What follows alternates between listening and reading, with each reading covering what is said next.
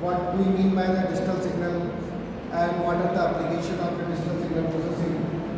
Then you continue the basics of the digital signal processing. There are certain query regarding the image processing concept. You have know the basic concept of the image processing and you understand the image and signal. What are the difference between image and signal?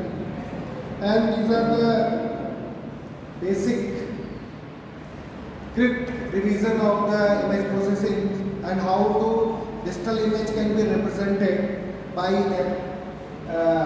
two-dimensional signal. Yeah, in the previous lecture I have discussed the digital signal processing concept by using mathematical interpretations. You have image is also a two-dimensional signal, then this 2D function can be represented as fxy. Here the x and y are the spatial functions and the f is the amplitude or intensity or variable. Here this is the example of a Lena image. This is the standard image. The Lena is the taking the benchmark image for the image processing concept. You have taken the Lena paper and there are so many images are being taken for the processing. This is the also a image. Why this image is taken from the example of the image processing? Because this is the standard image and then the cross section and all the properties are symmetrical. Here you have taken the coordinates in this image. You have x naught and y naught. Then this image can be represented as mathematically f x naught and y naught. These are coordinates. जैसे कि ये लेना image क्या है, जैसे कि कोई signal है या कोई आपका को आपको वैलिडेट करना है तो कोई स्टैंडर्ड सिग्नल से हम वैलिडेट करते हैं.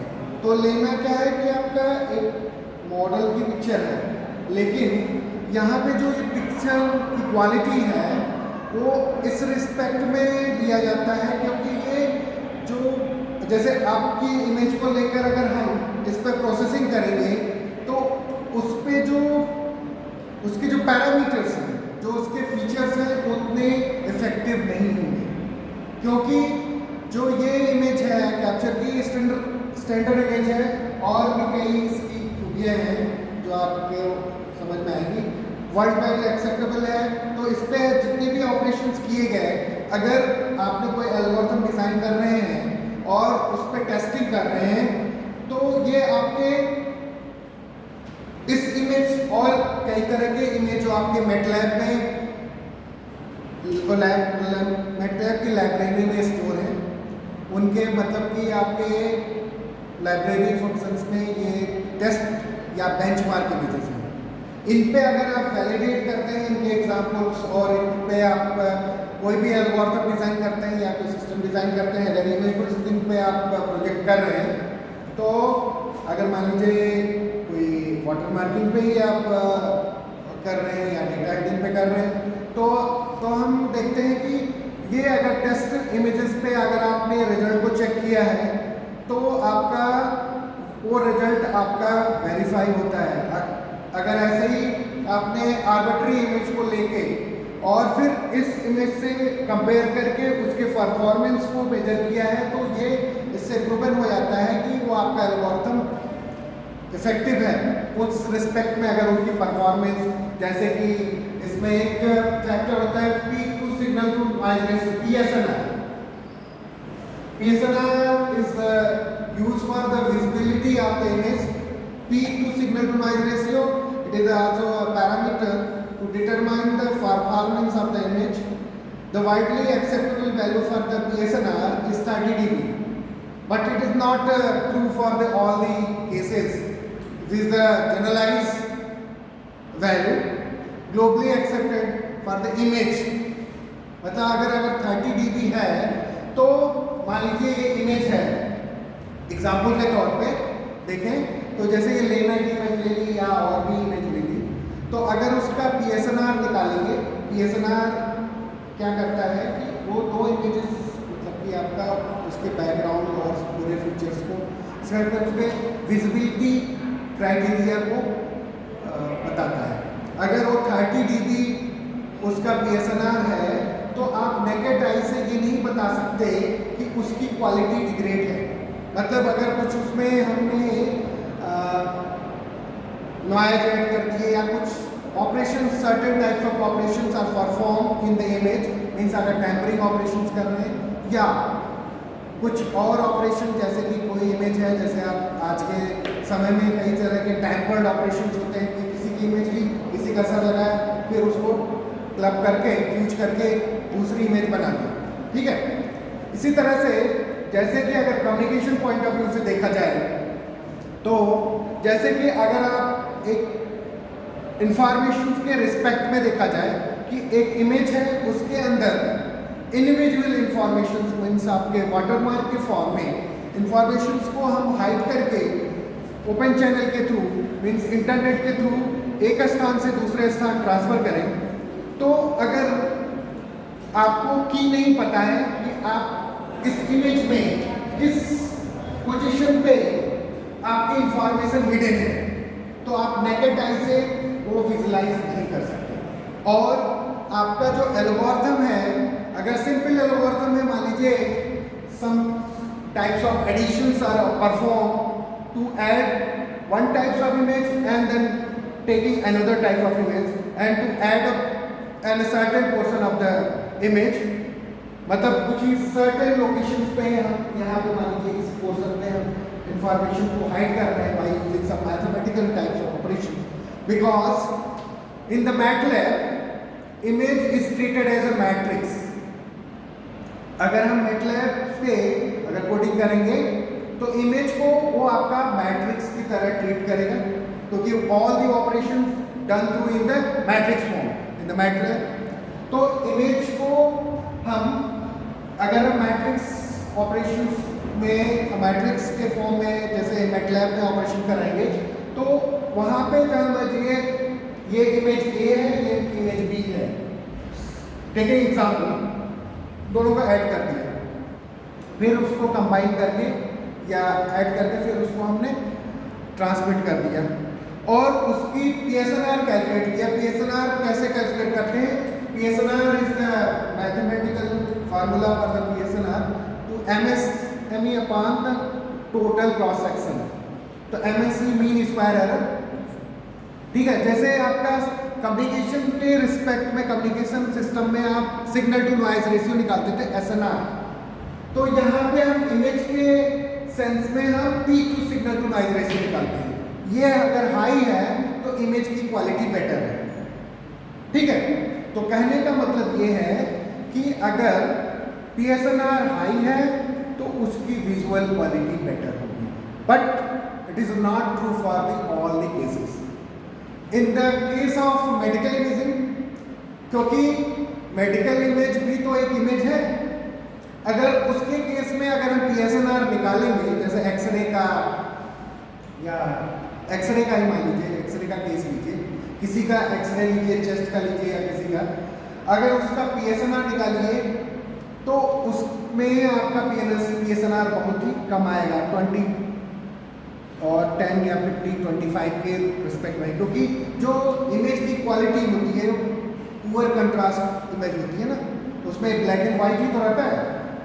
जैसे आप देखेंगे फिल्म एक्सरे की, एक्सरे किसी का देखते हैं डॉक्टर, तो उसके इमेज में आपको देखता है कि अगर बोन की लिया या चेस्ट का लिया, लंग्स की लिया, तो वहाँ से क्योंकि वो आपका इमेजिंग होता है, फिल्म गई और उसका एक इमेज बन गया, वहाँ पे ज़्यादा पिक्सल वैल्यू नहीं होती, दो ही बैकग्राउंड होता है, ब्लैक एंड वाइट, ठीक है। आजकल डिजिटल भी एक्सरे हैं, तो डिजिटल में थोड़ी सी विजिबिलिटी ज़्यादा अच्छी रहती है। जो पुराने एक्सरे जो एनालॉग टाइप के थे, डिजिटल वाले में क्या होता है, डेट वोट क्लियर आ जाता है और फिल्म की क्वालिटी, आजकल तो डायरेक्ट आपके स्क्रीन ऑन स्क्रीन आ गए हैं, कई आजकल की इमेजिंग टेक्नोलॉजी काफ़ी एडवांस हो गई है। वो डिपेंड करती है कि आपकी किस कंपनी का सिस्टम है और कौन सा इक्विपमेंट्स है, उस पर डिपेंड करता है कि उसकी क्वालिटी कितनी।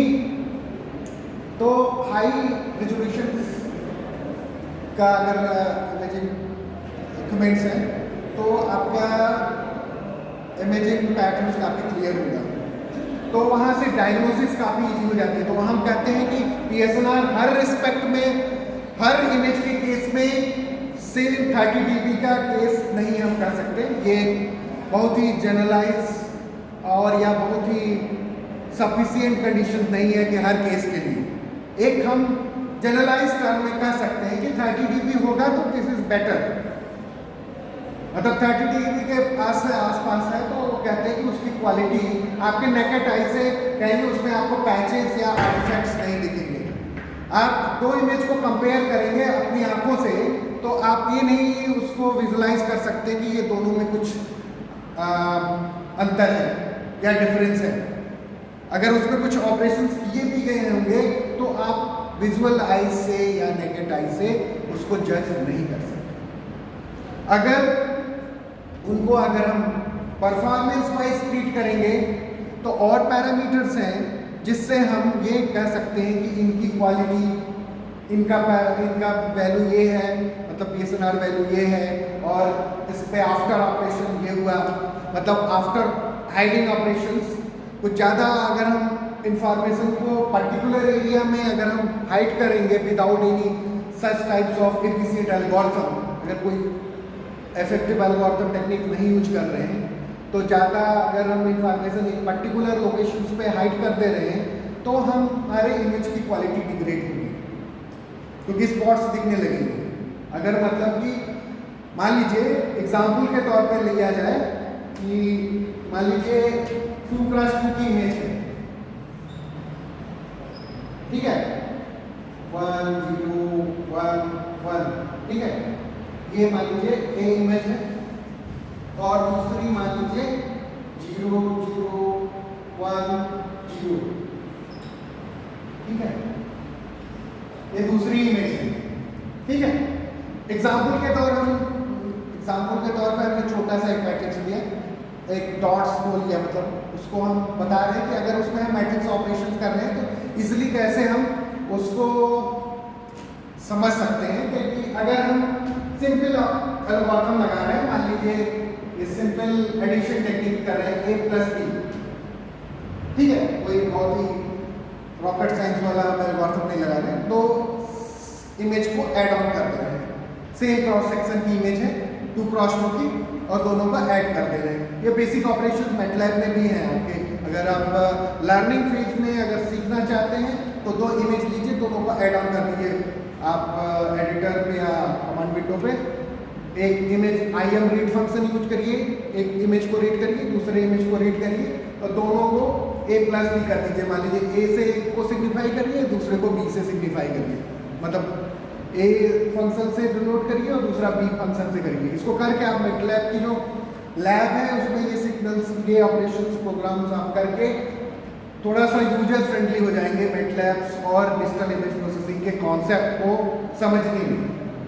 तो हम कह रहे थे कि A + B, अब यहाँ पे क्या है 1 + 0, तो क्या होगा, ये 1 हो गया। और मान लीजिए ये 2 हो गया, मान लीजिए हम सपोज कर रहे हैं या उसकी पिक्सल वैल्यू 2 है या 3 है, जो इंफॉर्मेशन है, तो क्या हो जाएगी, अगर 2 + 1 3 हो जाएगी तो वहां पे इंटेंसिटी बढ़ जाएगी, ठीक है। तो जो कंबाइंड इमेज होगी वहां स्पॉट्स दिखने लगेंगे, जो मतलब after addition the combined image is have some types of spots in the certain position where the pixel value is high, then the intensity value is high, grey value बढ़ जाएगी। तो वहां पे आपको मान लीजिए ये एक स्पॉट दिखा रहे हैं, या लेना इमेज में ये क्रॉस सेक्शन दिखा रहे हैं, ये सर्टेन स्पॉट्स है, यहाँ पे हम पिक्सल्स की डायमेंशंस को दिखा रहे हैं कि यहाँ पे व्हाइट स्पॉट है, यहाँ पे डार्क स्पॉट्स है। तो these elements are referred as, these are the basic terminology of the image कि एलिमेंट्स क्या होंगे, पिक्चर एलिमेंट्स क्या है, इमेज एलिमेंट्स क्या है, पिक्सल्स क्या है। तो pixel is the smallest unit of any image, then the pixels can make a big image, pixel is the smallest dots, इसी को बताएगा।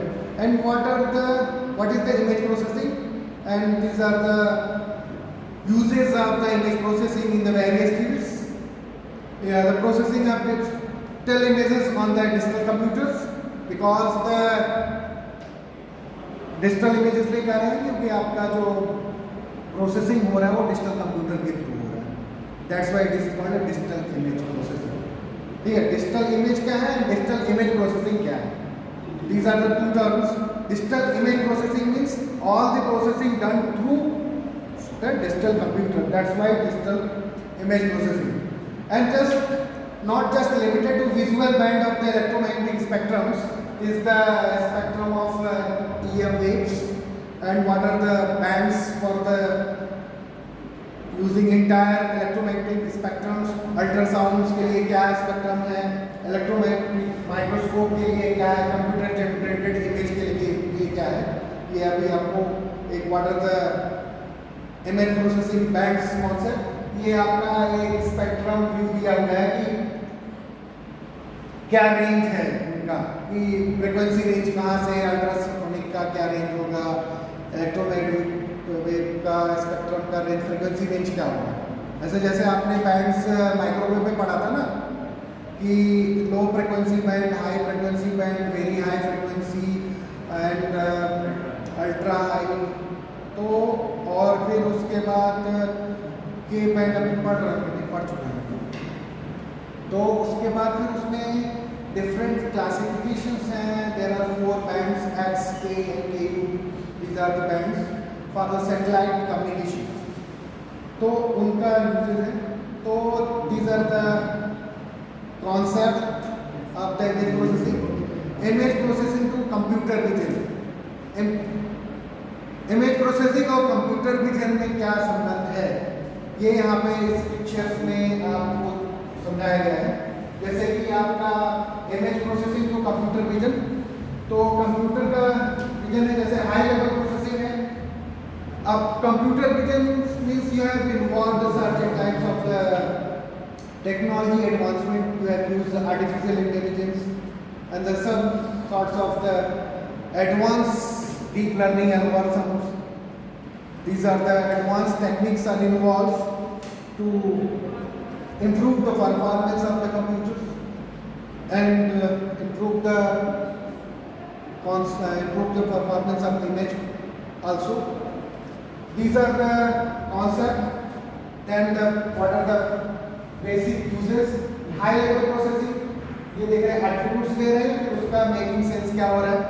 फिर मिडिल लेवल में these are the basic steps of image processing, कैसे करते हैं image processing, कि पहले क्या प्री प्रोसेसिंग करेंगे, फिर उसका फिर हाई लेवल में उसका में तो फीचर एक्सट्रैक्शन करेंगे, फिर क्लासिफिकेशन करेंगे, मीन्स उसको डिफरेंट क्लास में डिवाइड करेंगे, एंड देन लो लेवल पे क्या करेंगे, लो लेवल प्रोसेसिंग क्या है, these are the way of classifying the image processing in terms of the computer vision terminology.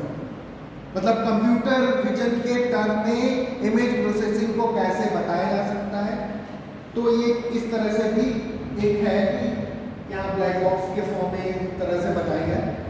फिर आगे इनके chronical advancement of the image processing, ये सब जो स्लाइड्स हैं these are easily available on the net. This is the part of the Gonzalez, this is the standard books digital image processing taken from this, तो ये आपके easily available है।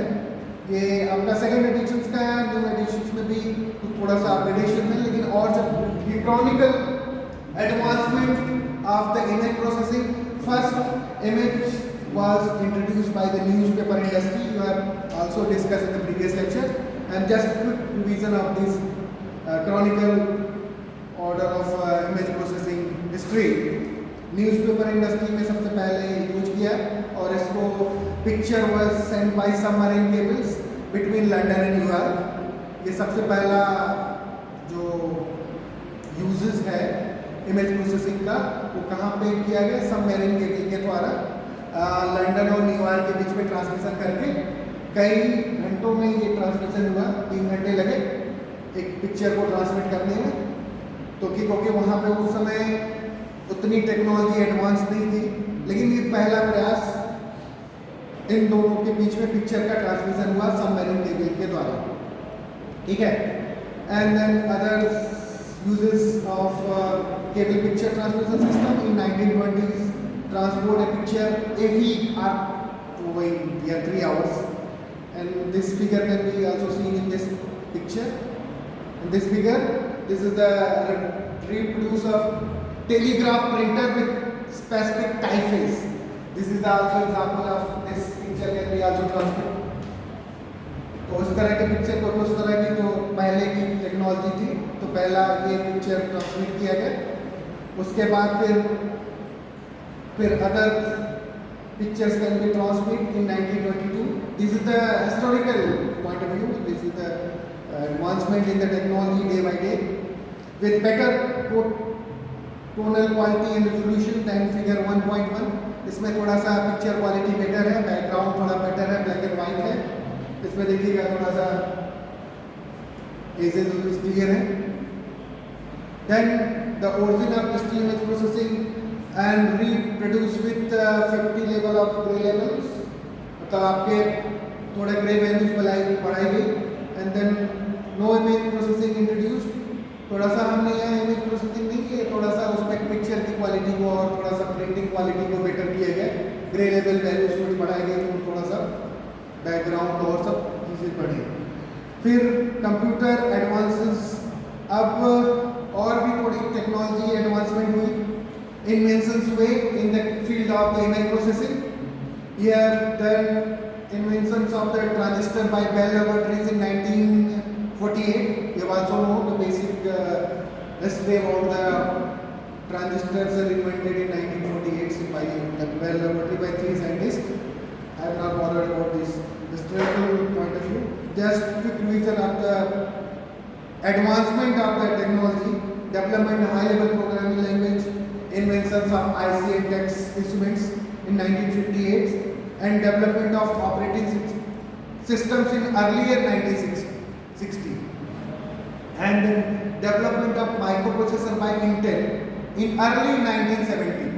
1970 के ज़माने में फिर इंटेल आया, फिर ये क्रांतिकारी चेंज हुआ, तो आपके मोबाइल और ये टेक्नोलॉजी में अपग्रेडेशन हुए और उनके साइज में थोड़ा कम्पैक्टनेस आई।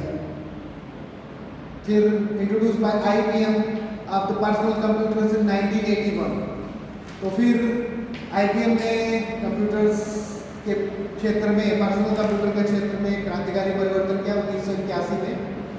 उन्होंने फिर कंप्यूटर्स, फिर लार्ज स्केल इंटीग्रेशंस इन लेट 1970s में इंटीग्रेटेड सर्किट्स का भी इन्वेंशन हुआ, और VLSI in the 1980s were introduced the various technology advancements, and the ULSI is also present but not popular in many countries, but the research is going on in 1980s. IC technology and mass storage display systems, मतलब IC technology, mass storage और display system के क्षेत्र में काफ़ी उसमें inventions हुए। उसके बाद फिर computer has powerful processing capability to process the image. Computer के फील्ड में काफ़ी चेंजेस हुए, क्रांतिकारी चेंजेस हुए, जिसके वजह से उसकी प्रोसेसिंग स्पीड बढ़ी, स्टोरेज कैपेसिटी बढ़ी, जिसके वजह से इमेज प्रोसेसिंग टेक्नोलॉजी में काफ़ी और चेंजेस हुए। These are the applications of image processing in the various fields. These are the image restorations and image enhancement. These are the capturing the first computer power to carry out the meaningful image processing tasks appear in the earlier 1960s. This is a picture of first pictures of moons by US spacecraft, and the ranges the image on the July 13th. And then processed by NASA. This image is taken by the spacecraft, and this image can be enhanced and restored by the image processing technology.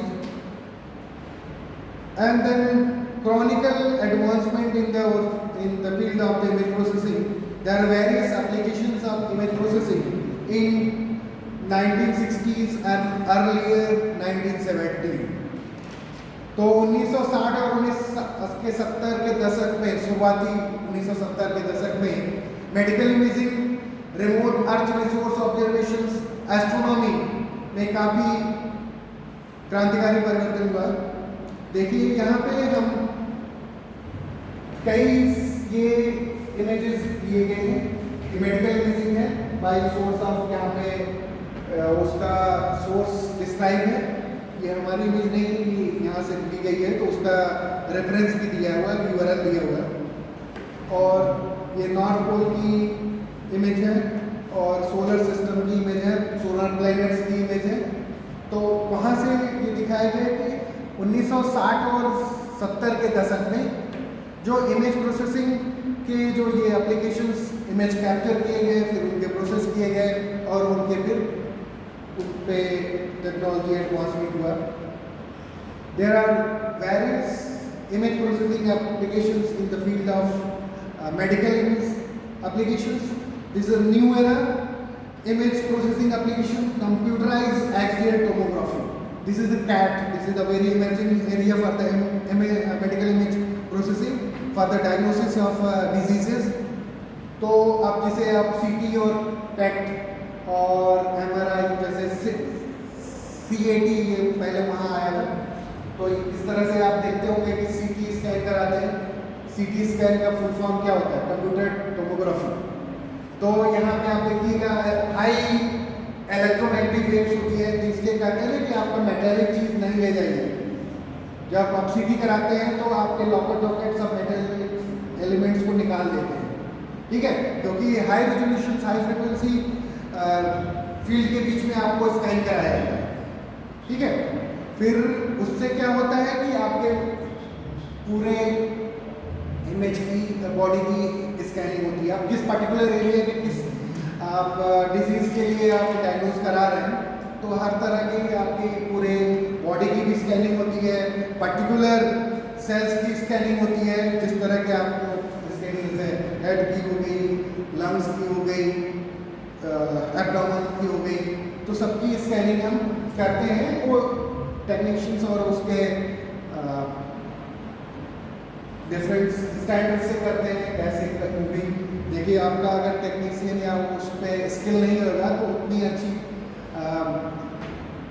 जो particular disease के लिए हम scanning करा रहे हैं, medical imaging या diagnosis करा रहे हैं, अगर देखिए कि सेक्टर आपका अच्छा नहीं है, मतलब ये होता है ना, मशीन खरीद लिए, कहने के मतलब जैसे आप मोबाइल ले लिए या कंप्यूटर ले लिए टेक्नोलॉजी, लेकिन उससे आप अपग्रेड नहीं हुए, उसकी चीज़ों को आप समझे नहीं, अगर आप स्किल्ड नहीं हैं, तो जैसे कोई डॉक्टर होते हैं या उसके स्पेशलिस्ट जो होते हैं कि आपके सीटी के स्पेशलिस्ट हुए, पैथोलॉजिस्ट होते हैं ना, तो टेक्नीशियंस होते हैं, अगर वो उतने स्किल नहीं कि देख के हाँ कंप्यूटर बटन दबाए, फोटो खींच के अब किस पार्ट का लेना है, किस पर्टिकुलर एरिया का लेना है, वो डिफरेंट प्रोजेक्शंस होते हैं। उसमें देखते हैं रोटेशंस होता है एंगल वाइज, जैसे आपका लंग्स का आपका लेना है या एब्डोमेन का लेना है या जो है पर्टिकुलर एरिया का आपका स्कैन करना है, तो उस हिसाब से अगर प्रॉपर स्किल्ड टेक्नीशियन है तो प्रॉपर आपका स्कैनिंग आएगी इमेज की। तो और जो पर्टिकुलर एरिया है उसकी आपके जैसे देखिए यहाँ पे कहते हैं कि आपका ऑपरेटर बैठा है, कंप्यूटर लगा हुआ है, ये आपका बॉडी मतलब ह्यूमन बीइंग जा रहा है, और फिर उसमें कहते हैं लंबी सांस लीजिए, कुछ मिनट रुकिए, फिर आप high breathing and low breathing, फिर उसके बाद कहते हैं रेडी, फिर स्कैन। तो उस पर्टिकुलर स्कैन पे आपका स्कैनर ऑन होता है, पूरी बॉडी अंदर जाती है। आजकल तो कई तरह के इक्विपमेंट्स आ गए हाई रेजोल्यूशंस के। देखिए उसमें आपका जो सीटी मशीन है उसमें देखिए ऐड आती है 2 टेस्ला 4 टेस्ला, तो उसे क्या समझते हैं 4T 3T देखेंगे ऐड बहुत आते हैं, एफएम में भी आते हैं, या जो ऐड लगे होते हैं उनके डायग्नोसिस सेंटर पे। तो उसका ये होता है कि आपकी टेक्नोलॉजी, आपकी मशीन नए वर्जन की है नहीं है, वो आपकी मैग्नेटिक फ्लक्स की इंटेंसिटी पे बताती है 4T और 3T, क्योंकि हाई मैग्नेटिक फील्ड्स जनरेट होती है, उसके बीच में आपको भेजा जाता है। तो रेजोनेंस की कंडीशन जो आपने पढ़ा है उसी पे आधारित है ये इमेजिंग, ठीक है। मैग्नेटिक रेजोनेंस इमेजिंग भी एक तरह से मेडिकल डायग्नोसिस के लिए एक तरह की इमेजिंग है। तो मेडिकल फील्ड में ये काफ़ी क्रांतिकारी चेंज हुआ, जिसका काफ़ी शॉर्ट फॉर्म इसको CT भी कहते हैं। और फिर इन 1960 के दौरान there various applications of image processing और different fields of image processing in the various field, material science में भी यूज होता है, X ray, industrial medicine and biological sciences में भी होता है, to analyse the material properties, physics में भी होता है, माइक्रोस्कोप स्कैनिंग होती है, ठीक है। आजकल काफ़ी एडवांस टूल्स आ गए हैं। Example of fields that uses DIP, digital image processing, there are various principal energy sources for the images. These are the electromagnetic spectrums in figure 1.5. It's the range of frequency range of the EMF electromagnetic spectrums arranged according to the energy per photon. जो आपका basic criterion है spectrum को define करने का, यहाँ पे ये principle of energy source है, ये गामा रेंज की रेंज स्टार्टिंग एट 10⁻⁶ से ये उधर लेफ्ट टू राइट बढ़ रहा है, इधर गामा रे है, एक्स रे है, अल्ट्रावायलेट है, विजिबल है, इंफ्रारेड है, माइक्रोवेव है और RF है, रेडियो वेव है। तो रेडियो वेव की रेंज क्या है 10⁻⁹ वो क्या है आपका एनर्जी ऑफ फोटॉन्स, एनर्जी पर फोटॉन्स यहाँ डिफाइन कर रहा है, ठीक है। These are the resources, these are the frequency spectrum of EMF wave, electromagnetic waves, and these are the examples of fields that uses DIP. कहाँ कहाँ डिजिटल इमेज प्रोसेसिंग यूज होते हैं according to the range of the spectrum, gamma rays imaging, X-ray imaging, ultraviolet imaging, thermal imaging. There are various types of image processing application in the various fields. जैसे आप देखते हैं military applications में thermal imaging, अभी सुन रहे होंगे news में कि अपने बॉर्डर पे थर्मल कैमरास लग रहे हैं, अभी प्रोजेक्ट पे हैं, इजराइल से टेक्नोलॉजी दी गई, जो क्योंकि वार फेंसिंग जो है हर जगह पॉसिबल नहीं है, ठीक है, क्योंकि जो डेमोग्राफिकल बाउंड्रीज हैं इंडिया की, क्योंकि हर तरफ आपके तार लगा के हम अपनी सीमा की सुरक्षा नहीं कर सकते। टेक्नोलॉजी में एडवांसमेंट के द्वारा ही हम अपनी सीमा को सुरक्षित कर सकते हैं। तो टेक्नोलॉजी का यूज करके, इमेज प्रोसेसिंग का यूज करके हम अपने सिस्टम और कंट्रीज़ को बचा सकते हैं और उनका यूज करके जो एडवांसमेंट है, तो जैसे कि जो लेटेस्ट एडवांसमेंट है, इजराइल इस फील्ड में काफ़ी एडवांस है, क्योंकि उनकी टेरिटरी पूरी तरह से घिरी हुई है। तो उन्होंने ये प्रयोग काफ़ी सफल रहा उनका, और इसमें काफ़ी उनकी टेक्नोलॉजी एडवांस्ड है। तो वहाँ पे जो एडवांस सेंसर्स लगा के और अलर्ट सिस्टम जो है कि डायरेक्ट आपका कोई इंफ्लेटेशन हो रहा है कि ये बाउंड्रीज पे अगर कोई इस सीमा से उस सीमा पे आपका कोई क्रॉस कर रहा है, तो थर्मल स्कैनर्स हैं, बॉडी के टेम्परेचर को स्कैन करके आपको कंट्रोल रूम में इन्फॉर्म कर देंगे कि कोई आपके बॉर्डर को क्रॉस कर रहा है। तो सिक्योरिटी सिस्टम, मतलब जो आपके कंट्रोल रूम है, वारहेड, वहाँ से अलर्ट हो जाएंगे और वार्मिंग जो अलार्म सिस्टम है एक्टिवेट हो जाएगा और सोल्जर्स एक्टिवेट हो जाएंगे कहाँ पे इन्फ्लेटेशन हो रहे हैं, कहाँ पे घुसपैठ हो रही है। तो ऐसे कई भारत में सीमाएं हैं जहाँ पे हम वायर फेंसिंग के द्वारा, तारों के द्वारा हम सीमा को कवर नहीं कर सकते। तो वहाँ पे टेक्नोलॉजी का यूज किया जा रहा है, क्योंकि आपकी जो टेरिटरी है, जो जोग्राफिकल बाउंड्रीज है इंडिया की काफ़ी बड़ी है, कई ऊंची नीची पहाड़ियों से घिरी हुई, और आपके तो वहाँ पे इस तरह के प्रयोग किए जा रहे हैं टेक्नोलॉजी का यूज करके, इमेज प्रोसेसिंग एप्लीकेशंस का यूज करके। There are various sensors are involve for the thermal imaging applications are used, कि जैसे कि आपका बॉडी का टेम्परेचर, बॉडी थर्मल मतलब क्या है कि जैसे कि थर्मल कैमरास यूज हुए जाते हैं वहाँ पे, थर्मल इमेजिंग डिस्प्ले कर रहे हैं। तो ये जो आपका बेसिक कॉन्सेप्ट है कि these are the examples of the fields that uses the DIPs in the various fields.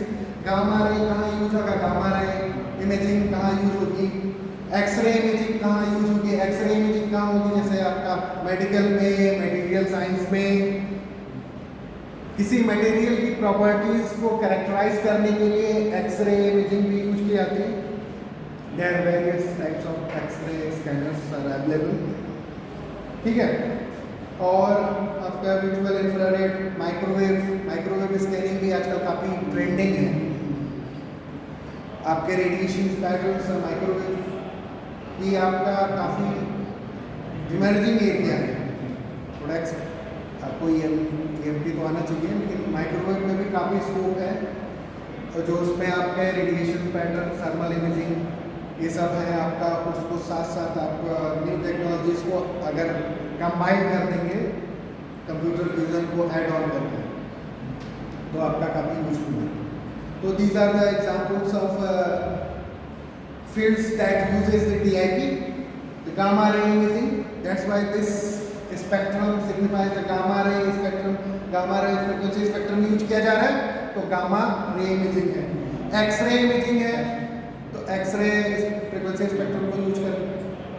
Imaging in the ultraviolet bands, imaging in the visible and infrared bands, imaging in the microwave bands, imaging in the radio bands. Then the example which other imaging modalities are used. There are various types of imaging, and there is a gamma ray example of gamma ray imaging. These imaging applications are used in the nuclear medicines, astromechanicals. These are the PET scans. These are nuclear medicines में use किया जाता है gamma ray imaging, ठीक है। These are the field of the medical science. Another X-ray imaging, you have also known the basics of the X-ray imaging. These are the X-ray imaging used in the medical fields, taking the chest X-ray and then various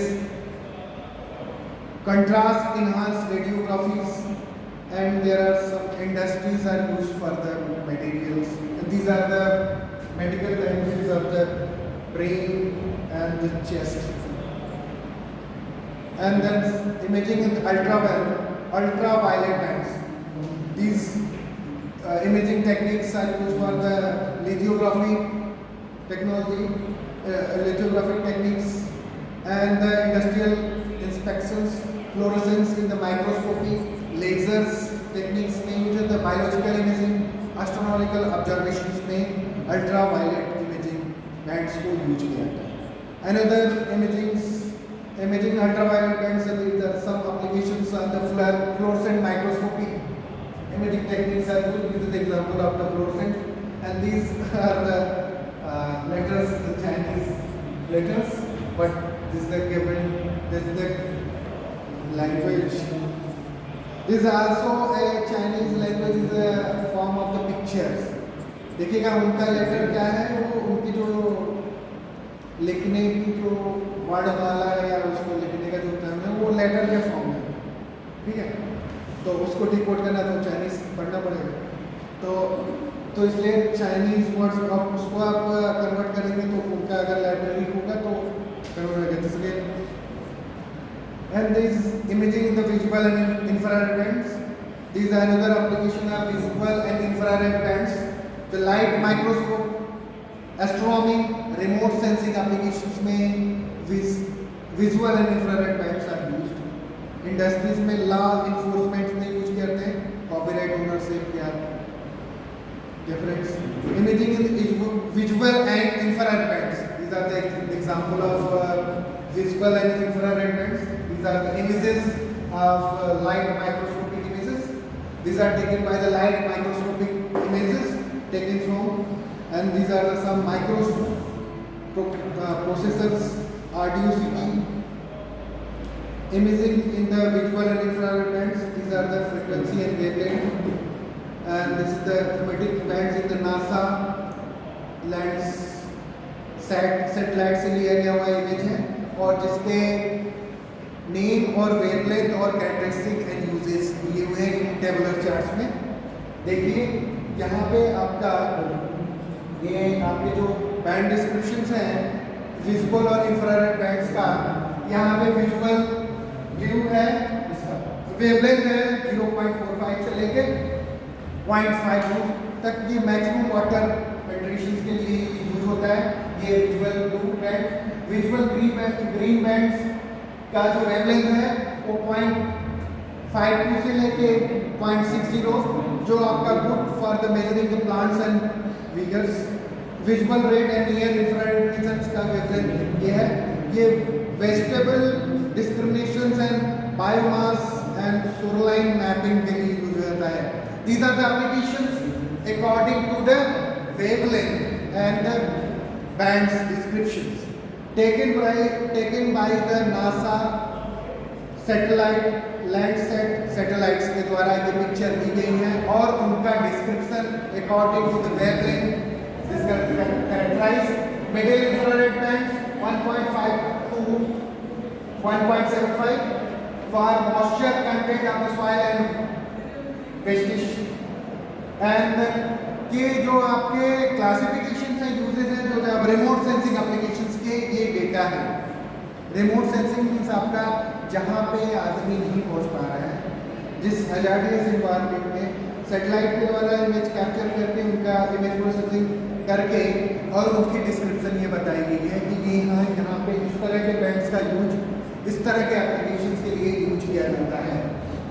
middle infrared 2.08 से लेकर 2.35, these are the mineral mapping के लिए use किया जाता है, जैसे कि खजाने या मिनरल्स के खजाने की खोज के लिए हम डिगिंग करते हैं। तो पहले हम रिमोट सेंसिंग एप्लीकेशन से देखते हैं कि वहाँ की सॉइल कंडीशंस और क्या कंडीशंस हैं कि यहाँ पे मिनरल्स हो सकते हैं। तो जैसे हम जी मैपिंग करते हैं ना, जियो टैगिंग आजकल काफ़ी चलन हो गया है कि जितने पेड़ पौधे हैं उनका आप आजकल तो काफ़ी ईजी हो गया है, आपके मोबाइल में GPS है और कैमरा है, तो आप कैप्चर करिए और नंबर डालते जाइए, टैग नंबर देते जाइए, और हर चीज़ का वो जियो टैगिंग हो गया। आजकल तो उसमें ऐप भी आ गए, जैसे ऐप भी आ गए हैं जहाँ पर गूगल पे ऐप है GPS, आपके कैमरे में भी है, जैसे आपका थोड़ा अपडेटेड है तो आप ऐप डाउनलोड कर लीजिए, और जो आप फोटो खींचिए तो आप देखते हैं कि उसमें एल्टीट्यूड उसका आता है, और लोकेशन के जैसे GPS से लोकेशन भेजते हैं ना, उस तरह से पूरे हम कैंपस के जैसे यहाँ हुई है, अभी हम लोग किए थे तब पता है कि जो जितने पेड़ पौधे हैं उसमें सबका टैग नंबर दे दिया गया, और जितनी कमरे हैं लैब्स हैं उनका एक पर्टिकुलर फोटो खींच के उसको टैग देखिए, नंबर देखिए 1 2 3, और वो टाइम डेट सब उसमें आ जाता है क्योंकि आप जिस समय आपने फोटो खींचा उसके बाद एक सीक्वेंस ऑर्डर में ऑर्डर कर लीजिए और उसको क्लब करके डेटा सेट्स के साथ लिंक अप कर दीजिए। तो आपके लिए भी सही है, और टेक्नोलॉजी का यूज करके हम पूरा एक डेटा सेट बना दिए कि हमारे पास इतनी लैबें हैं इस ऑर्डर में, और यहाँ पे हैं, और इतने पेड़ पौधे हैं, ठीक है। तो हमें काउंटिंग और डेटा सेट तैयार करने में काफ़ी यूज हो गया है। जैसे आजकल काफ़ी ट्रेंड चल रहा है ना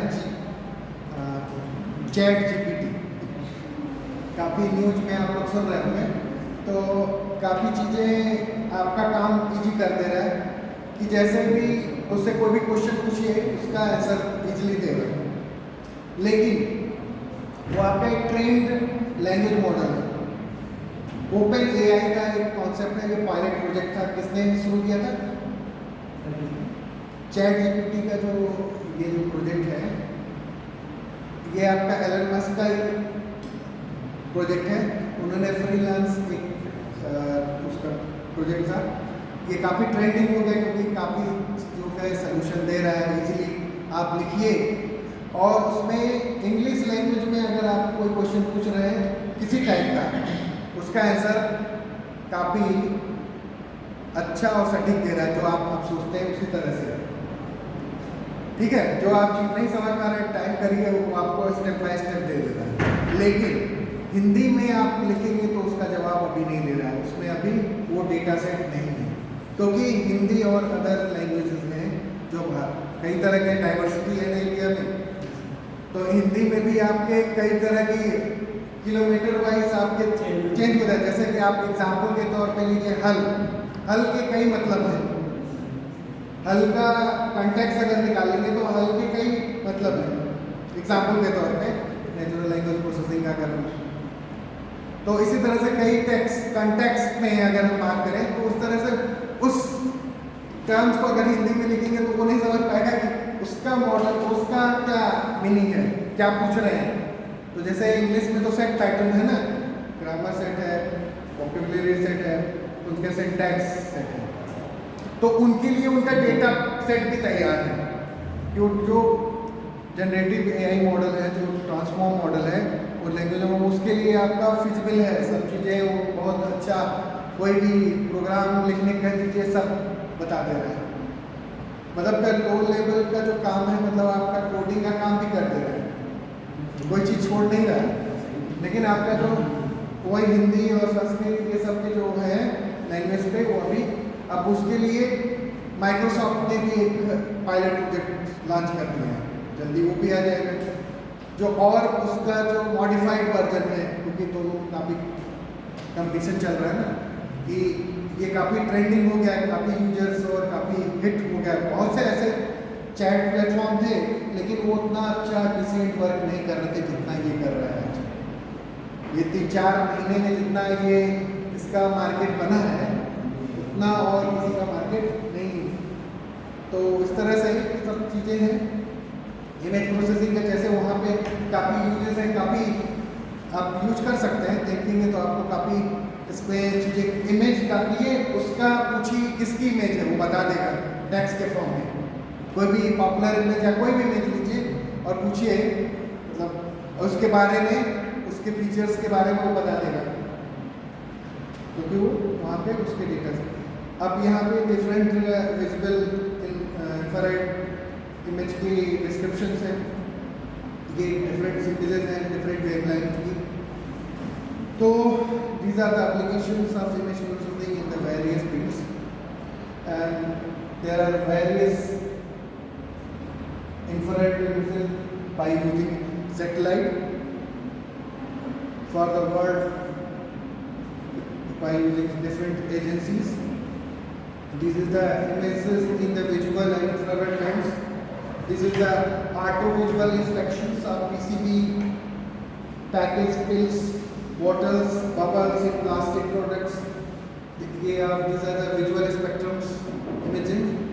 ये आपके उनके इमेज को लिया गया है, उसको दिखाया गया है। Imaging is visual and infrared bands. This is the thumb printing. जैसे कि एग्जाम्पल के तौर पे आप देखते हैं कि आपके जो करेंसी है, जैसे ये डॉलर का एग्जाम्पल लिया गया, डॉलर है, यहाँ पे देखिएगा ये विजुअल स्पेक्ट्रम है, आपको दिख रहा है ना, वो भी आपका इमेज है, प्रिंटिंग किया गया। वहाँ पे एक सिक्योरिटी फीचर डाला गया है। सिक्योरिटी फीचर क्या है इसमें?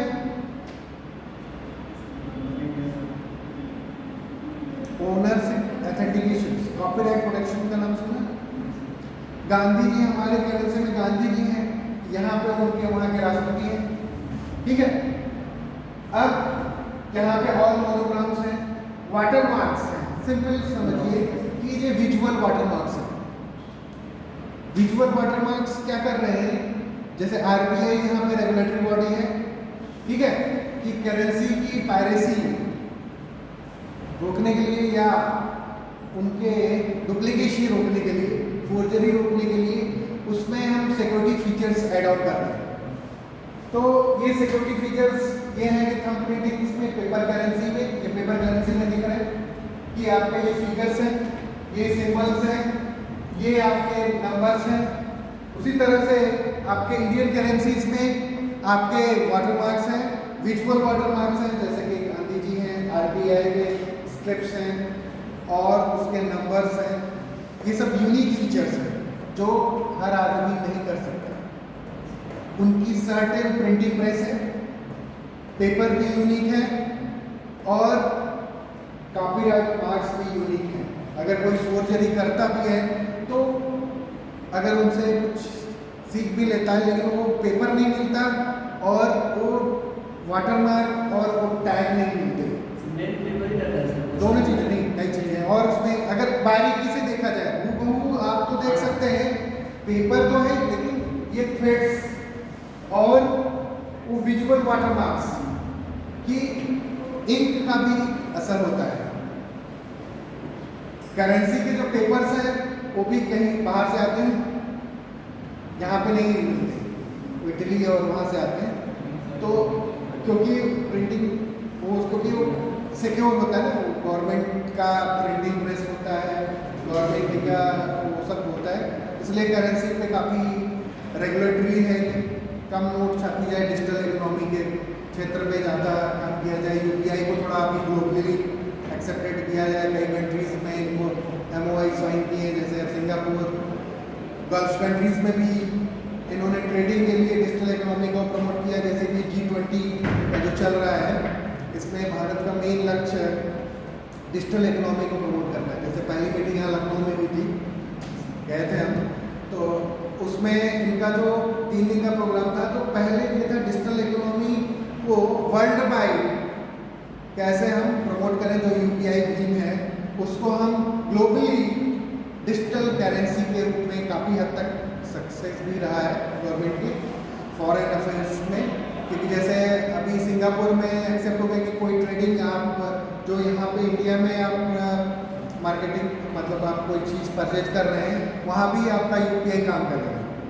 थोड़ा सा बस उसमें उन्होंने टाई अप किया है, क्योंकि ये जो बात, तो इससे क्या हुआ कि आपका जो रुपए की क्रेज है, रुपए की मार्केट वैल्यू आपका वर्ल्ड वाइड वो करेंसी हो गई। जैसे डॉलर आपका इंटरनेशनल करेंसी है, तो वो एक मोनोपोली खत्म हो गई उस तरह से कि आपका ट्रेड डिफिशिएंसी भी कम हो गई।